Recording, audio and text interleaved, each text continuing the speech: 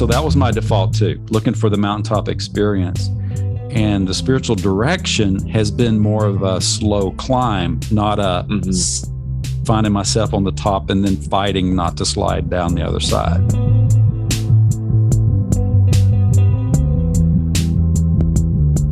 Hello, and thanks for listening to the Vineyard Maryville podcast. My name is David, and on today's episode, we'll tune in to a Zoom call conversation between our own Aaron McCarter and Landon Meadow, the pastor of the Clarksville Vineyard. Well, hey, everybody. Welcome to the podcast. I am here with my friend, Landon Meadow. Hi, Landon. Hey. Thanks so much for joining us. I'm really, really thankful that you would give us a chunk of your time, and especially because I have recently asked for a chunk of your time. The story goes like this. I was, I don't know, for a whole stack of reasons, eager to reconnect with my friend Landon earlier this week, or about a week ago now. And gave him a call with a stack of questions just because I wanted to know what was going on in his life.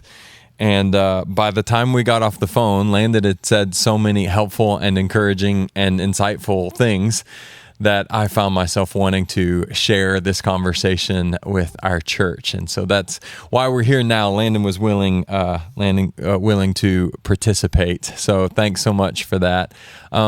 And Landon is the pastor of the Clarksville Vineyard.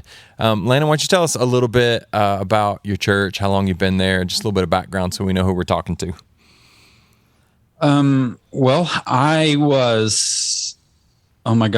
got into the Clarksville Vineyard in 1994, helping to plant it, actually.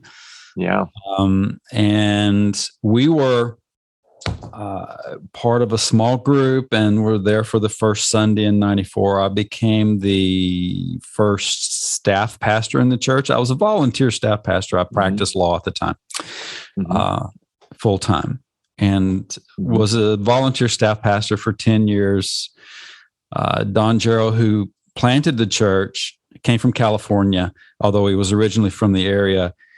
He had some health issues and said his wife had gone to California to take care of her dad because she was the only child, and he was a D-Day vet, actually. And was under disability, actually, from World War II, from being wounded in Europe. But she had to go take care of him, and he had health problems. So he just one day said, "I'm leaving and you're it." So I quit practicing law. And that's pretty unceremonious. That was 2005. Yeah. Yeah. Okay. So by my math, that's something like 28 years in the church and something like 17 years leading the church. Does that sound right? Sounds right. Yeah. Man, that's been a minute. That's really good. I've been here a while. Yeah, that's cool. Yeah, so sort of a fun fact for especially people who may be listening to this podcast is the Clarksville Vineyard is the church that planted the church that then planted our church. So you're like our grandparent church, if that's a thing, which maybe it's not, but we're 2 generations removed. So that's pretty fantastic. And then the church that sent us, of course, was led by Jeff Anderley, a friend of ours, a mutual friend of ours. And Jeff, when we were training and getting ready to go out as church planters, Jeff would take us to conferences or to gatherings, and he was like this big cheerleader who would carry, like take us from place to place, take Sharon and me, that is, and introduce us to people in the vineyard that he thought we should know. And it was such a revved up cheerleader of a guy that he'd always say, "Oh, you got to meet them. They're awesome because you're awesome." And he was always super encouraging. But I do remember, you don't know this, but I think it was at a regional conference. It was actually in Chattanooga, or maybe not. But he pointed you out from like way across the room, and he goes, "We got to get to that guy. That's Landon." And I said, "Why?" He says, "Because Landon's a legend." And and I was 23 at the time, so I was, for a minute there, I was really intimidated. I didn't know why you were a legend. I didn't know what the story was. I didn't even know that was that was his sending church or anything like that. But eventually, I got to meet you, and I was a little nervous at first, and then I quickly figured out that you were one of the more kind and welcoming and not all that intimidating people. So I'm glad that wasn't too scary. Yeah.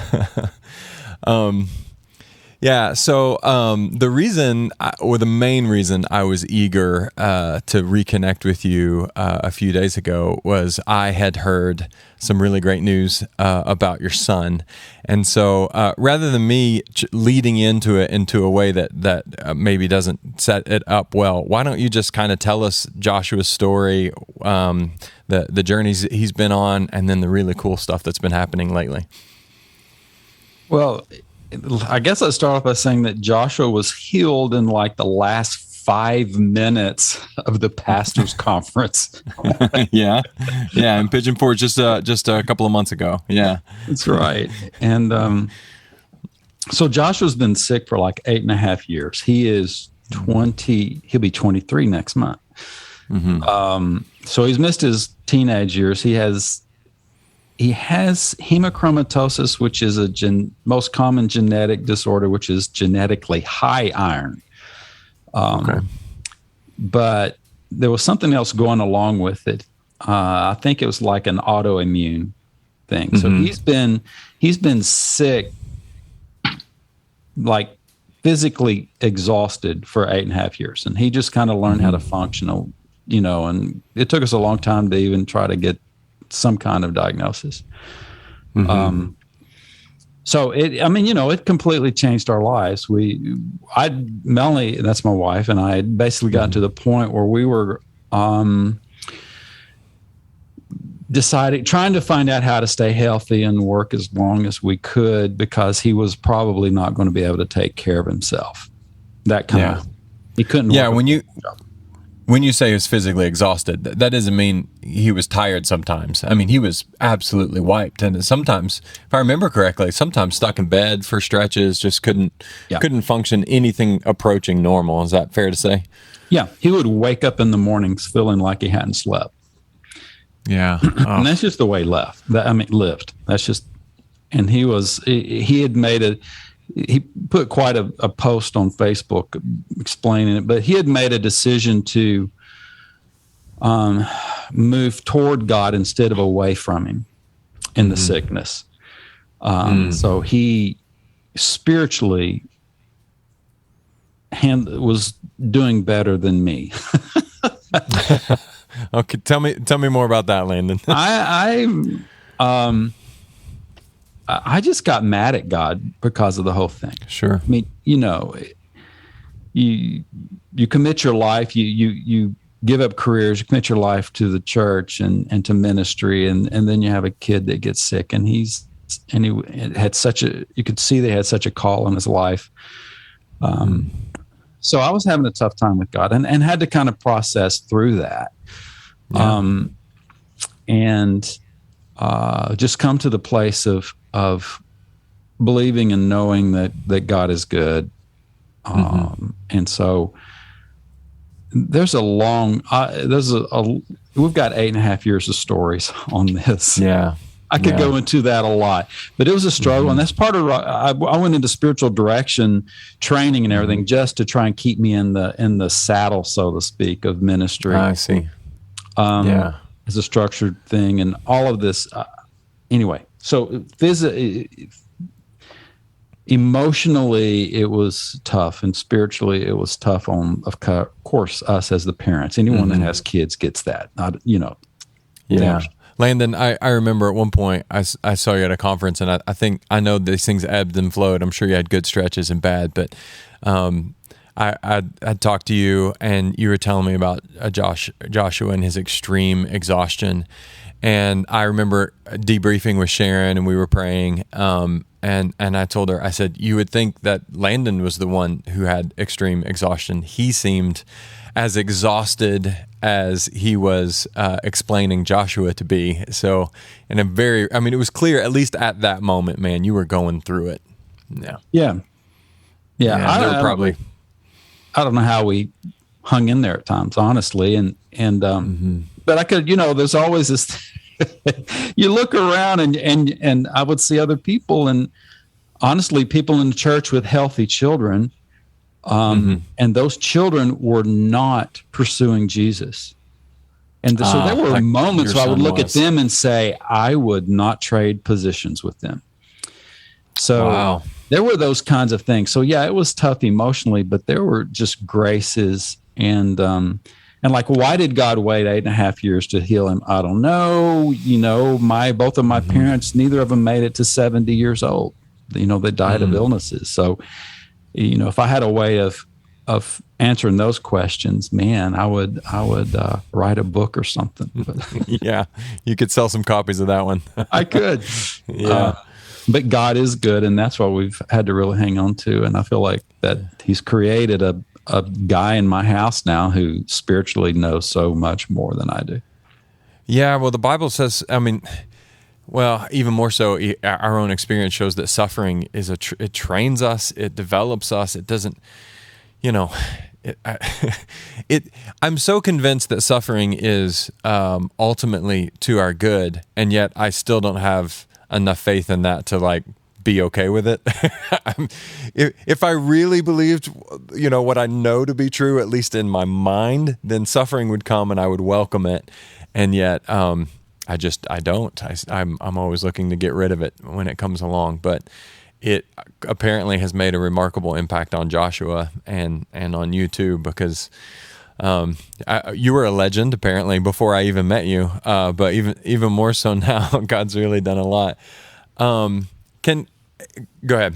Well, during the spiritual direction training, there was one experience when I went. The first thing I did was 9 months of Ignatius's 19th annotation. So it's an hour every day for 9 months and then meeting with spiritual director once a week. So it's a very structured thing.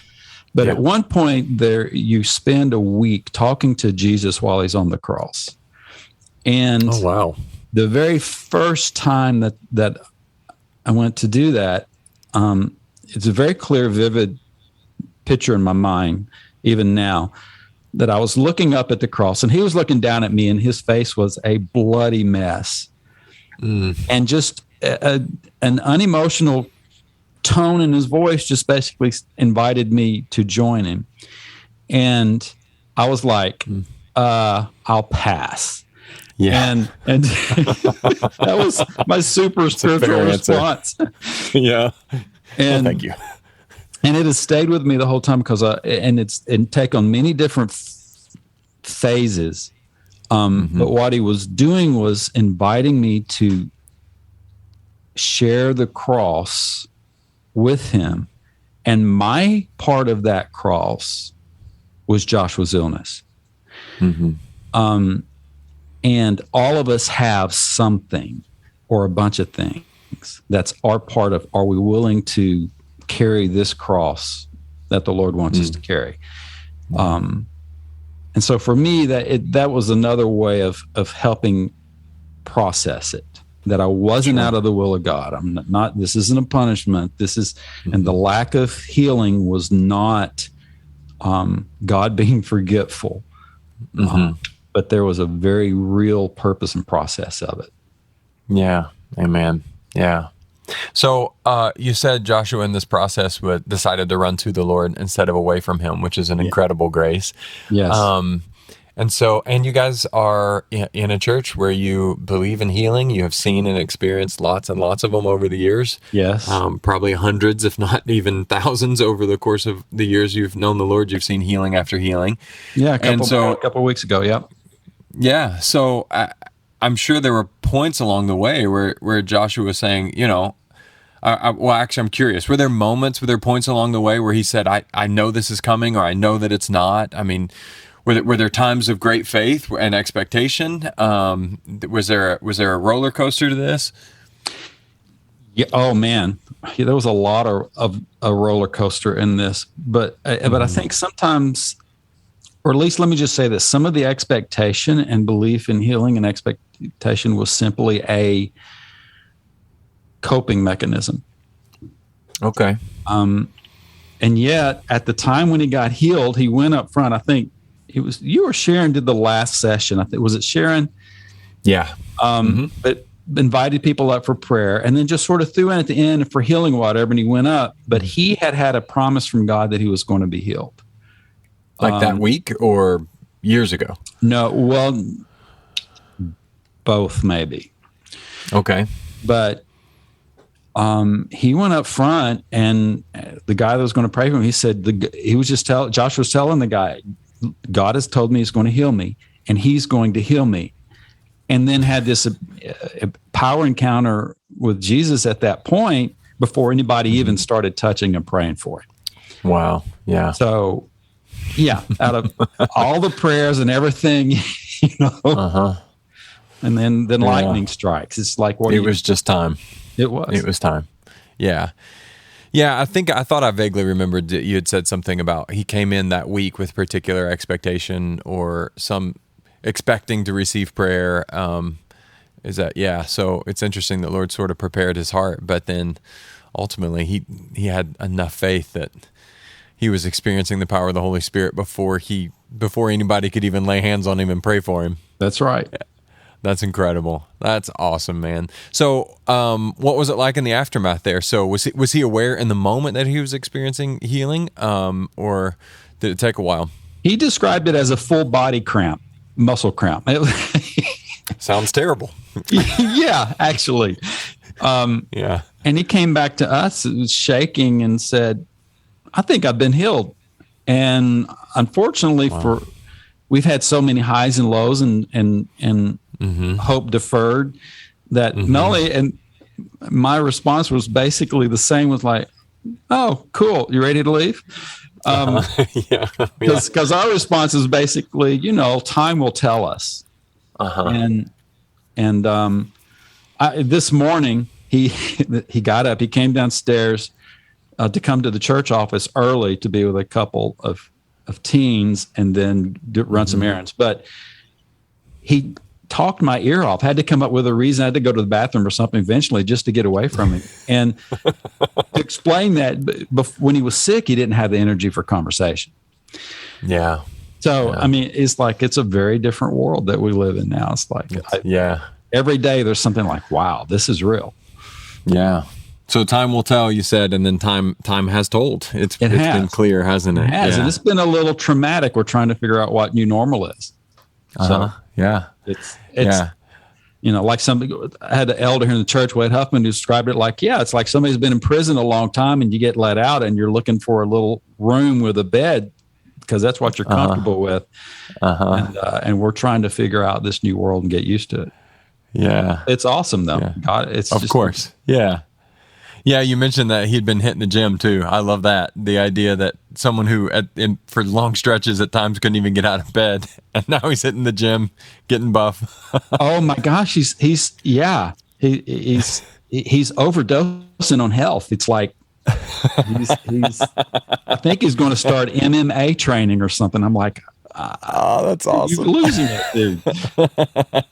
I love it. I think that's a perfectly rational response. After, that thing that it's been taken from you, and then when you have it back, to just have such disproportionate delight in the having of it. I think, by the way, this is Aaron's theory, but I think our experience of heaven, the new heaven and the new earth, is going to be a lot like that. Yes, that there are things absolutely. that we don't even know that we're missing. But then when we get them, we're going to feel so much more delight in having them, specifically because we spent some time without them. That's that makes exactly sense. Right.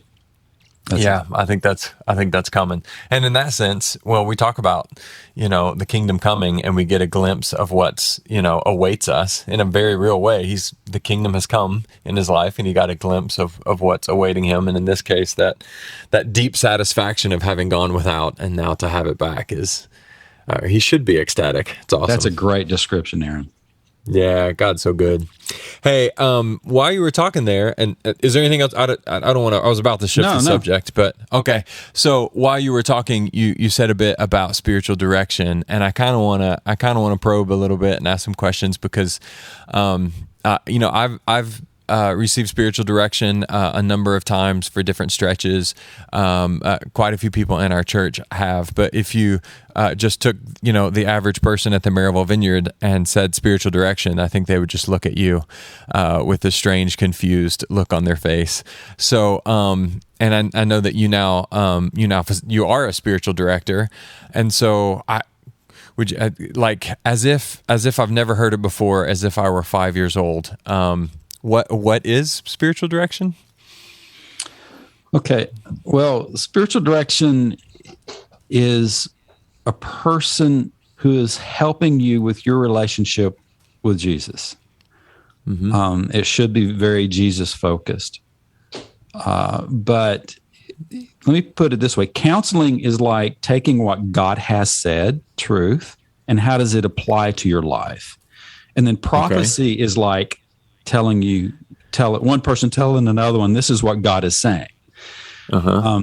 Spiritual direction is more of helping you have a conversation with Jesus.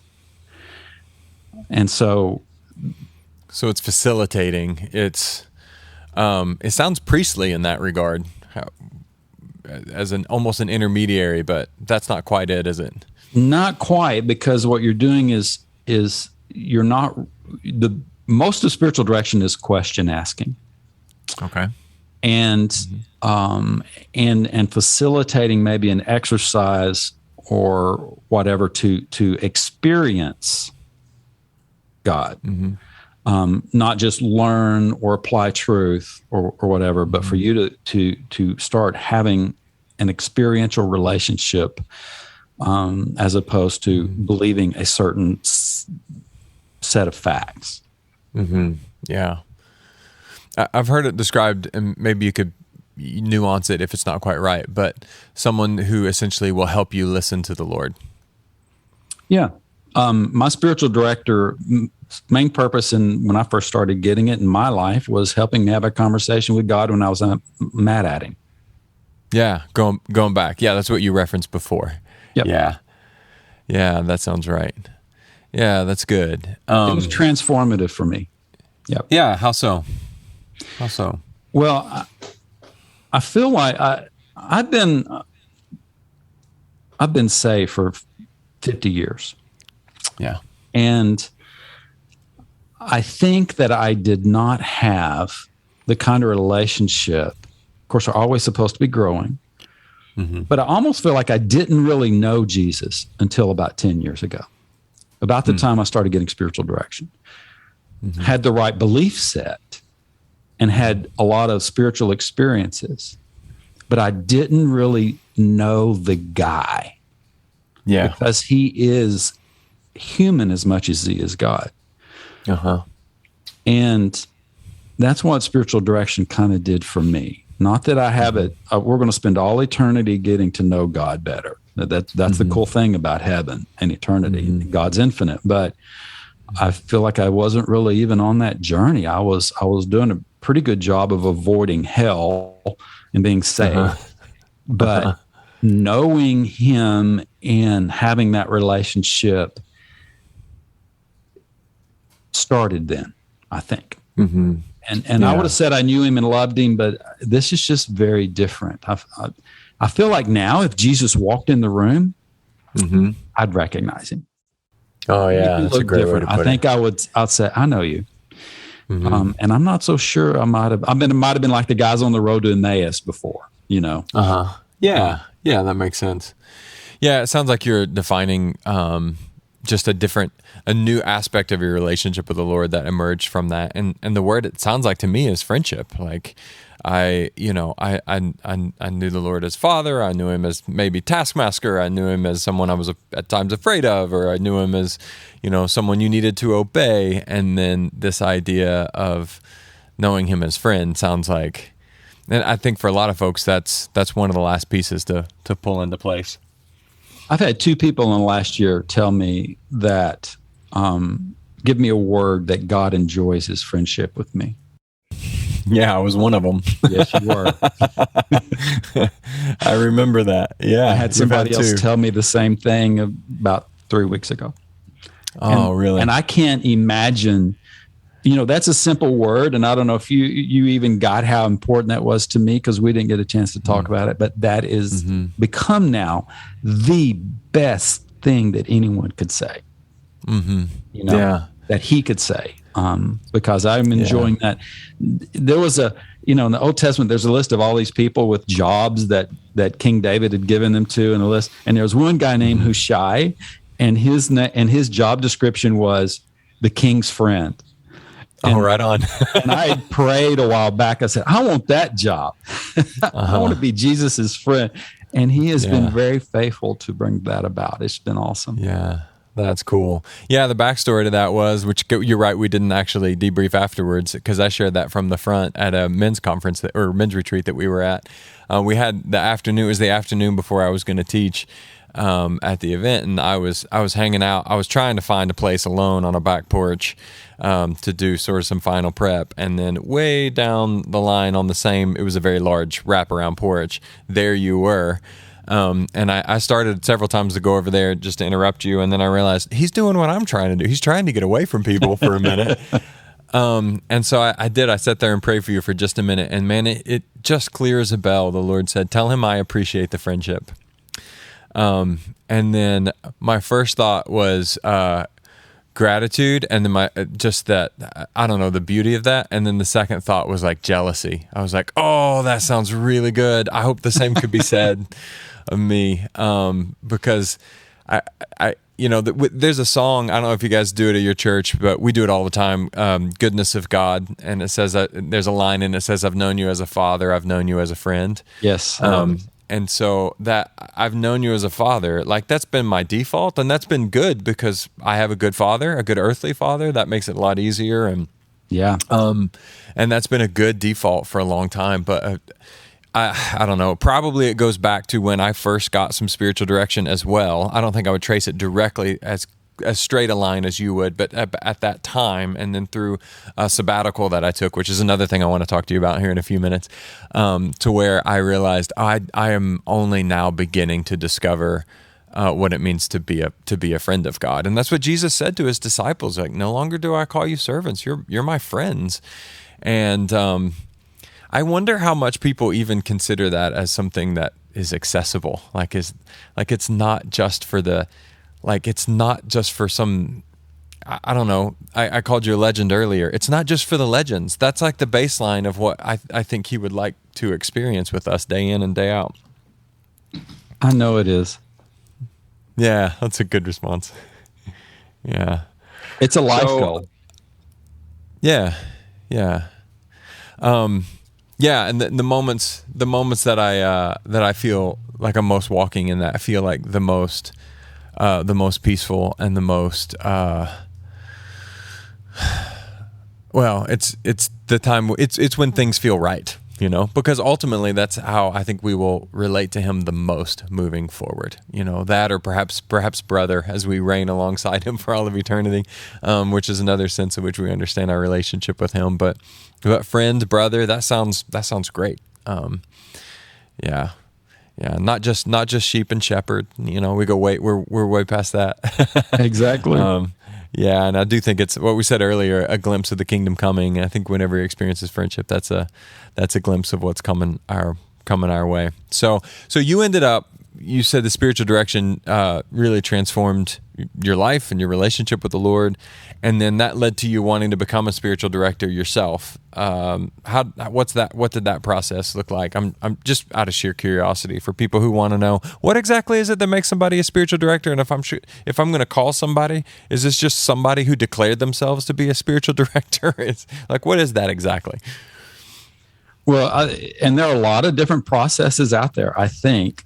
Mm-hmm. The Vineyard has its own process. I think it is 2 years. I'm not sure. I decided on one that was actually a 4-year process. Mm-hmm. And the person that was training me is a woman. Of course, she's not a Jesuit because she's a woman, but she actually lived on site and was trained by the Jesuits in spiritual direction. So it's very Ignatian. Yeah. The reason that I like that is that it was during the time of the Reformation. Ignatius was a contemporary of Martin Luther, but he was way down in Spain and Italy. And his response to all of the excesses of the church was simply to say, I think he basically just said, I can't figure it out. I'm not going to fight this fight. I'm just going to focus on Jesus. And even doing that, he had to go through the Inquisition twice. It was Yeah. So, but the point of, I just fell into it. It was just the grace of God that I with Dove House Ministries in Nashville with Gail Pitt, and that it's so Jesus focused. I didn't realize that a lot of spiritual direction out there is not Jesus focused, and it's so anyway.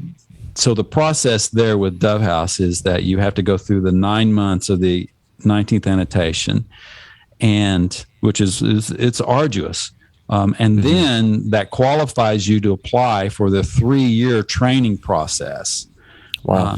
Which is some book work, a lot of book work actually. But then you also start directing pretty quickly under supervision. And, so for me, that was really good because I was looking for something that was going to be structured and keep me kind of focused at a time when I was also kind of in crisis. Yeah. So that it was makes a very lot of good. sense. The friendships I have developed through there are just lifelong, and the growth has been fantastic. So I'm now part of Dove House, and I'm on their training cadre, helping to train spiritual directors. Good deal. Yeah. So if somebody wanted maybe to look into spiritual direction, that maybe Dove House is a place to look. And yes. Yeah, I would say that, and also Lipscomb University, but that's in Nashville, also has a training process. And oh man, I've forgotten the Vineyard one, which can be done more remote. Sustainable Faith. Yes, that's it. Yeah. Thank you. Yeah, and is that the one that Jared Boyd facilitates, or is that one Chris Miller? It was Chris Miller, but I thought it might have been handed off. I'm not sure, but which is kind of interesting because Chris Miller, the Vineyard guy, has been one of the teachers at Lipscomb University in Nashville. Yeah. But I'm not sure what their status is at the moment. Chris is absolutely phenomenal. I did some spiritual direction with Chris, and it was life-changing. I don't think he's doing it at the moment, but he's just incredibly insightful. It was really helpful. And then I actually did a year of spiritual direction leading into my sabbatical, and through my sabbatical, and then at spots along the way. And that was sort of my introduction to it. And just at the advice of others, it's something that's got a little bit of momentum in the Vineyard, as people are talking about it a bit more. I mean, for years, I never heard a word of it and didn't even know what it was. But lately it's something that's getting some momentum, and I'm really glad.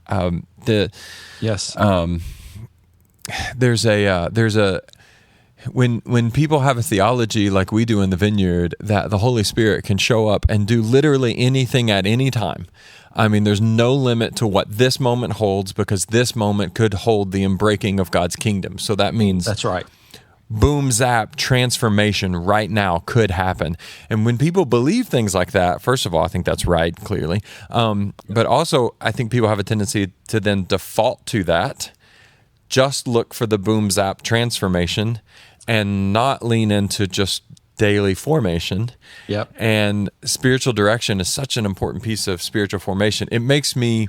That and a number of other ways in which the Vineyard is starting to put more emphasis on spiritual formation has been very, very encouraging to me over the last 5 or 10 years. And then also a little bit corrective in me too, because I've always had that perspective. I was raised Pentecostal and then found myself in the Vineyard, and always with that sort of, I've had to catch myself going, I'm looking for transformation and ignoring the invitation into like hour by hour formation by the hand of the Lord, which sounds a lot more like friendship, which is what we were talking about before. Yeah. So that's cool. Go ahead. So I have a spiritual director now too. But because I'm on staff at Dove House, it can't really be anyone at Dove House because we're maintaining more of an arm's length relationship. So my spiritual director was from Lipscomb and trained by Chris Miller, which is fun. And he's an like retired minister. And he has been phenomenal for me. So it's it's always a Jesus encounter every time I get spiritual direction. And I also grew up Pentecostal, and my, Pentecostal preacher, pastor, father, but so that was my default too, looking for the mountaintop experience. And the spiritual direction has been more of a slow climb, not a finding myself on the top and then fighting not to slide down the other side. Yeah. Ooh, that's good. Really good. Yeah. Oh, man. Yeah. So out of that, you said spiritual direction kind of helped you stay anchored in that time of crisis. And then you mentioned to me the other day that it was through spiritual direction that you were encouraged to take a sabbatical. So why don't you tell us again, like I've never heard of it before. What's a sabbatical? Why is that a good idea for certain folks in certain circumstances? What's sort of the introductory blurb for me? Well, let me just say that my father did not set a good example. He was so old school that he worked, never taken sabbatical really. He'd work and pastor at the same times, have a regular job, but so it was a long time before I ever really kind of came to the place of thinking that I need one. And then we were in serial crisis at the church. Maybe that's just the norm, but we couldn't get away because, we thought that it would have been damaging for us to take a sabbatical at this point. And there's a guy named Scazzero who wrote Emotionally Healthy Church, and people, I forget all the names, but Emotionally Healthy Spirituality would be the one that you would, if you're a layperson in the church, you'd go to first, I think. Yes. And Pete Scazzero, all his stuff, but that book in particular is just really, really exceptional. So go ahead. I just want to make sure we plugged it while we were there. Yeah. Well, and he, I found this out after I took my sabbatical, but he really recommends that pastors take like at least 14, 15 weeks every 6 or 7 years. And what it is you're getting away from everything really to focus on Jesus, because pastors tend to make the Jesus relationship part of their job. Yeah, that's right. And we're kind of like paid professional Christians. Yep, that's super weird, isn't it? Yes. And so it's really necessary at times for us to, what is that? The Jewish Shemitah year, whatever, that seventh year, whenever that everything, all the no crops will be planted, and that's right. And that for ministers, we kind of have to have a time when we break away to let off. I think it's to let the weight of carrying the church, the spiritual weight that we carry, which I never even understood until I got into this position, even with a pastor father and being so close and on staff for 10 years, didn't understand it. I think that pastors that don't do that really are stealing from their church, because I got so much from God that it has changed our church again. Spiritual direction changed my church because I got it. And now the sabbatical that I had last summer has changed it also. Yeah. And it's just so critically important that happened. And a few weeks is not good, because I was in such a burned out place already at that point. And a lot of that, I think, was dealing with Joshua's illness too. Of course. That it took 2 months for me to I didn't even know if I was going back to ministry. It took 2 months for me to kind of get to a place where the Lord was really able to talk to me about church again. He was not talking. He would not talk about church for two months. And I got to a couple of weeks in, I got to where I didn't even want to see the location of the building. Oh, wow. And I even said to Melanie about 3 weeks in, I don't know why anybody would go to church and give up a 2-day weekend. Yeah. So I was not in a good place. Yeah, that sounds pretty close to burnout, man. Yeah. So 2 months in, and then he just did this fast work in about 6 weeks at the end of it. That because we extended it and we were going to be gone 3 months. We extended it for 2 or 3 weeks, and just had this fast work from the Lord in it. I'm just amazed at what he did in our life. And I've got so many things that he just said to me. They're in that 6 weeks and about doing things differently. But everybody needs a Sabbath, and we really need that rhythm in our lives. And it's hard for pastors to find that to where they're really able to do it on a weekly basis. Yeah. But at some point they've got to be able to get to a place where they can take the weight off of the church. It's a spiritual weight. I don't know how to explain it. Take the weight off of the church and then get better emotionally, but then also spend time with Jesus without it being with the church looking over their shoulder. Right. And there's absolutely no way that would possibly be conceived as something like billable hours. It's completely apart from the day-to-day operation of the church. Yes. Yeah. It's so like I practiced law for 15 years, man. And there's so much about pastoring that's like that. I remember used to having thoughts in my brain, like I'm in the shower, taking a shower, but I'm thinking about somebody's case and really getting some good ideas on like, how am I going to charge for this? Yeah. Hopefully not very detailed all the time. Yeah, it really is. When we were preparing for our sabbatical, which we took one, this was 2019, I guess it was. And it was after we were 15 years in. So we waited a little too long. And then got to the point where it was, thoroughly needed. It's interesting what you said that not taking it is robbing the church. That sounds, that almost sounds ludicrous. If you've never been on a sabbatical, but if you've been a pastor who has taken a sabbatical, that sounds perfectly rational. So because the before and after are just remarkable, and it was very helpful to me personally, but it changed our church in ways that I could probably like trace the lines of and trace it back to the why of that, and then in a whole bunch of ways that I could never begin to trace the lines of. Exactly. But in preparation for that, I just jotted this down. I think I'm remembering this correctly. But while we were preparing for our sabbatical, I read this or something really close to this, but I think it's right. Sabbath is for rest. Vacation is for recreation. Retreat is for revelation. And sabbatical is for renewal.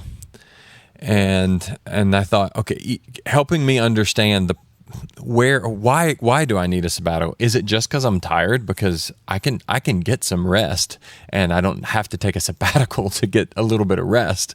But no, that's a rhythm of Sabbath each week, because we're not supposed to be working on fumes, right? And keeping that genuine time for rest as a part of the regular rhythm. Vacation is where you go have fun, man. And here's what I found. When I'm keeping a Sabbath, then vacation is for recreation. I'm ready to go have fun. If I'm not keeping a Sabbath, then all I want to do for vacation is go lay down somewhere and not talk to anybody. So I didn't even experience vacation as recreation until after I had experienced Sabbath as rest, as a genuine rhythm, and then retreat is for revelation. You take a couple of days, you're in a good place, but you take a few days to get away and hear from the Lord, and he brings genuine revelation. But sabbatical is for renewal, and it's really hard to get renewal outside of it.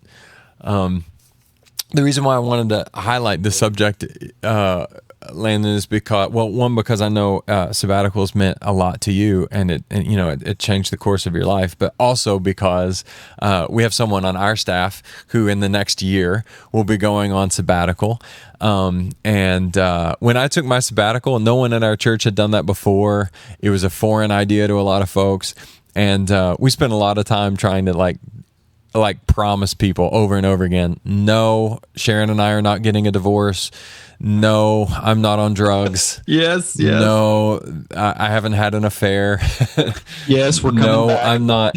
Yes, I will come back. No, I'm not interviewing for other jobs. I mean, we had to do all of this stuff because it was a foreign idea to our church. But now I'm excited because the next time, as this is about to come up for another one of our staff people, it will be something hopefully a bit more known, and people know, no, we're doing this, believe it or not, in service to the church, that it will be a gift to our church because this person has been, they've experienced and had opportunity to experience genuine renewal.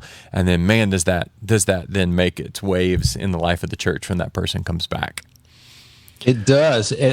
And waves is right, because I came back and found out I had a bunch of pastors who were very tired.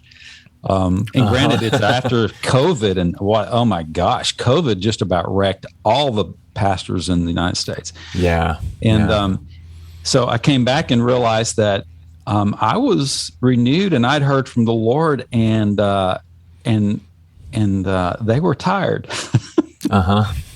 Yeah. So we were making waves, and so I'm really seeing it. I'm encouraging people that you've got to get a sabbatical, and especially ministers need it. And when they come back, if you have somebody on staff going to take a sabbatical, when they come back, they're going to be a different place.